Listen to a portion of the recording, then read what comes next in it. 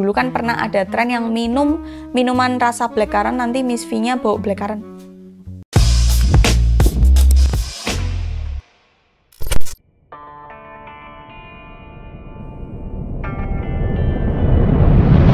Hai semuanya, gimana kabarnya teman-teman? Semoga baik-baik aja, semoga sehat-sehat aja. Hari ini kita langsung pembahasannya adalah sesuatu yang aku suka karena ini punyaku gitu ya. Kita akan membahas tentang Miss V. Mungkin cowok-cowok nggak suka, mungkin cowok-cowok nggak punya tapi kalian suka, atau ada yang nggak suka, suka lubang yang lain. Nah sudahlah, kita bahas Miss V hari ini. Topik pembahasannya cukup menarik. Kenapa sih Miss V itu bisa bau? Kalian ingat ada kasus ikan asin? Nah, kenapa sampai itu bisa terjadi? Kenapa sampai ada orang yang bilang mambu?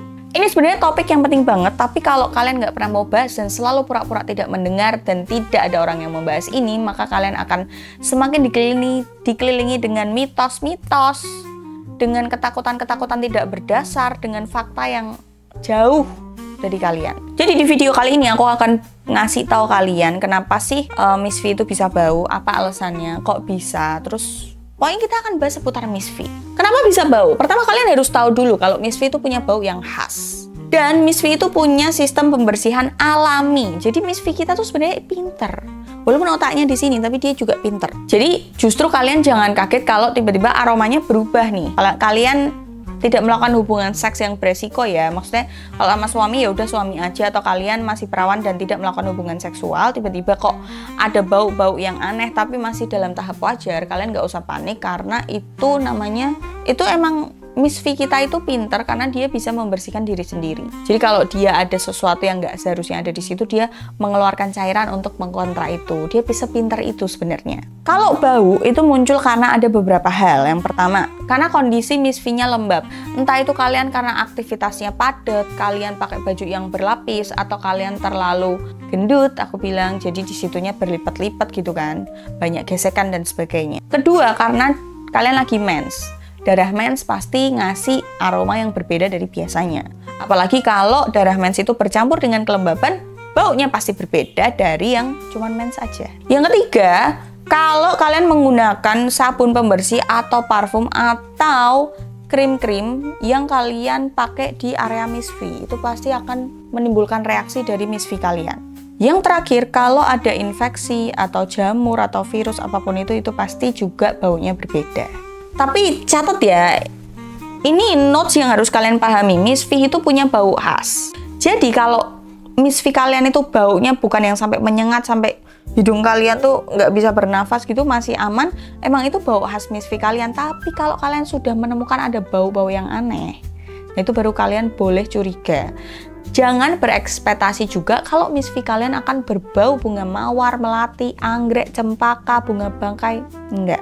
Kalian nggak perlu pakai parfum-parfuman. Sekali lagi aku tekankan, nggak perlu pakai parfum-parfuman. Karena bau Miss V kalian, bau Miss V kita itu punya bau yang khas, wangi, pasti disukai laki-laki. Ingat kalau kalian masih termakan iklan dengan bau Miss V yang wangi, kalian nggak, itu teknik marketing yang salah dan tolol menurutku. No, nggak perlu kalian pakai parfum-parfuman. Berikutnya kita akan bahas bau yang normal versus bau yang nggak normal. Bau yang normal itu sedikit asam, sedikit mirip bau badan. Bukan mambu kelek yang menyengat, nyakitin gitu, enggak. Tapi bau badan. Bau badanku kalau bukan habis mandi ya, iya kayak bau badanku yang netral aja, baunya mirip itu. Bisa berubah dikit, tergantung situasi, tergantung kelembapan, tergantung hormonnya, kita lagi siklus mau mens atau apa, itu juga mempengaruhi. Tapi yang jelas baunya itu tidak menyakitkan dan tidak mengganggu. Baunya lembut. Makanan juga bisa ngaruh. Kalau kamu makanannya kotor-kotor junk food, itu biasanya lebih bacin aja mambunya.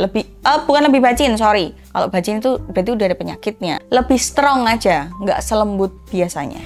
Kalau bau yang tidak normal itu amis, aneh, busuk, apalagi ditambah dengan keputihan, berwarna, gatal, sakit, kalian wajib ke dokter. Pokoknya kalau baunya udah menyengat, ditandai dengan mungkin rasa terbakar, perih, atau keputihan kalian udah warnanya udah magiku hibiniu, ke dokter. Nggak usah tanya-tanya temen, nggak usah tanya-tanya influencer, nggak usah tanya-tanya si A, si B, si C, ke dokter. Nggak usah takut kalau ke dokter akan diapain, pasti akan ditanya-tanyain dulu.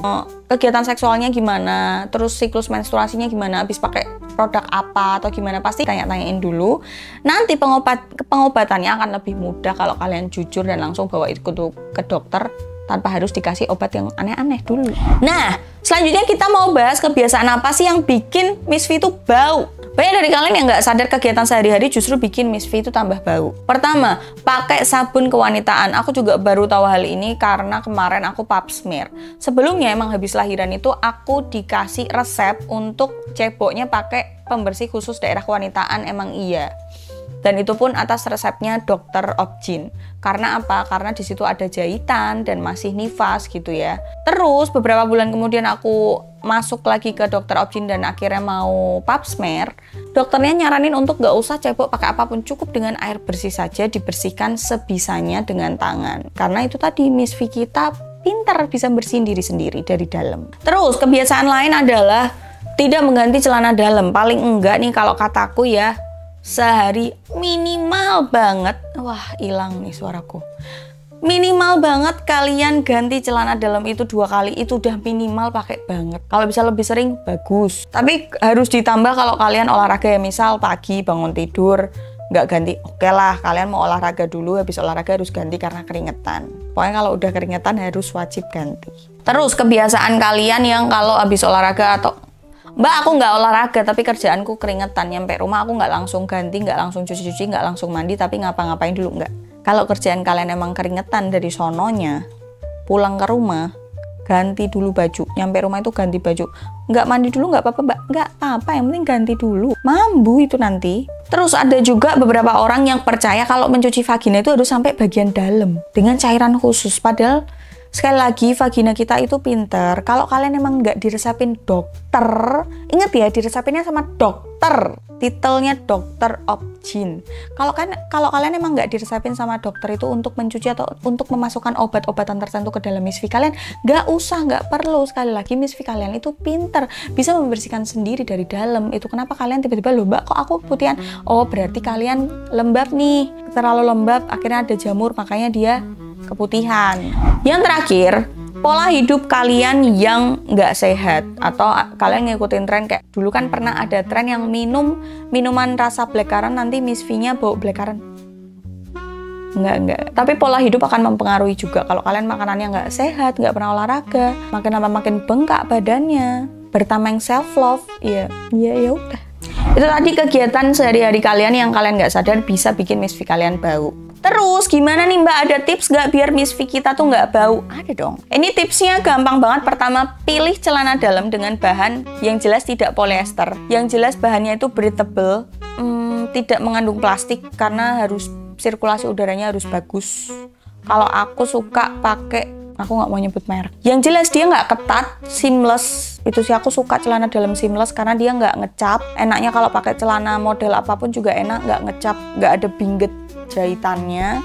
Terus juga dia tipis, jadi nggak sumuk. Terus dia nggak gampang melar. Jadi aku pernah beli ukuran M, itu aku masih bisa pakai, beratku sampai 80 ya, walaupun agak nyelip-nyelip dikit tuh masih bisa dipakai. Terus sekarang pas udah turun jadi nggak perlu beli sampai ukuran XL atau XXL gitu. Aku ada sih ukuran L paling gede, nggak nyampe XL. Karena dia melarnya enak, tapi nggak terus melar terus jadi kowar-kowar, nggak. Jadi tipsnya pilih pakaian dalam yang nyaman. Aku saranin seamless sih, karena itu jadi sopan juga kan, jadi nggak ada binget-bingetnya, enak. Terus kalian rajin-rajinlah ganti celana dalam. Atau kalau kalian ngerasa, Mbak, aku kayaknya nggak bisa deh Mbak, nanti cucianku tambah banyak. Kalian tahu ada celana dalam kertas, kalian bisa pakai itu. Biasanya kalau yang umroh haji, biasanya kan bukan diwajibkan sih, disarankan. Kalau misalnya nggak mau bawa banyak-banyak, pakailah celana dalam kertas. Jadi itu sekali pakai buang. Cilir banget tapi itu ya. Cuman aku tidak merekomendasikan itu setiap hari, cuman mungkin untuk tempat-tempat yang urgent atau acara-acara tertentu yang kalian daripada betontotanku banyak, mending pakai itu, bisa sekali pakai buang. Terus tips yang berikutnya, jangan pernah tidur, apalagi tidur malam dengan celana dalam yang belum diganti habis seharian kalian beraktivitas. Selanjutnya, minum air putih yang rutin, dikit-dikit tapi sering. Karena sebagian dari tubuh kita tuh kan isinya cairan. Vagina kita pinter bersihnya dengan apa? Cairan juga, keputihan itu tadi. Jadi penuhi asupan cairan kita. Terus konsumsi probiotik. Ternyata probiotik itu tidak hanya berpengaruh dengan pencernaan juga, tapi ke seluruh tubuh kita menurutku. Terus jaga juga pola makan kalian, olahraga, jangan makan yang jorok-jorok terus ya, sesekali boleh deh, tapi jangan keseringan. Dan yang terakhir, rutin cek. Even kalian, Mbak aku kan masih perawan, masa aku cek? Nggak masalah, kalian cek ke dokter juga belum langsung disodok gitu pakai alat USG dalam, enggak, pasti ditanya-tanyain dulu, dilihat bagian luarnya dulu. Kalau kalian sudah pernah berhubungan suami istri, kalian pasti diwajibkan untuk pap smear. Kalau nggak beresiko, aku kemarin karena aku nggak beresiko, jadi aku diwajibkan untuk pap smear itu 3 tahun sekali.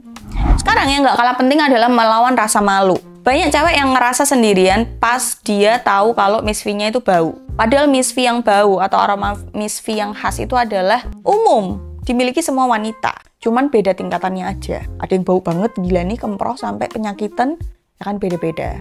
Terus taunya dari mana? Ya periksa. Jadi buat teman-teman wanita di luar sana, edukasilah diri kalian. Kalian kalau punya duit jangan lari ke cowok. Kalian kalau punya duit ojo jajan-jajan wae.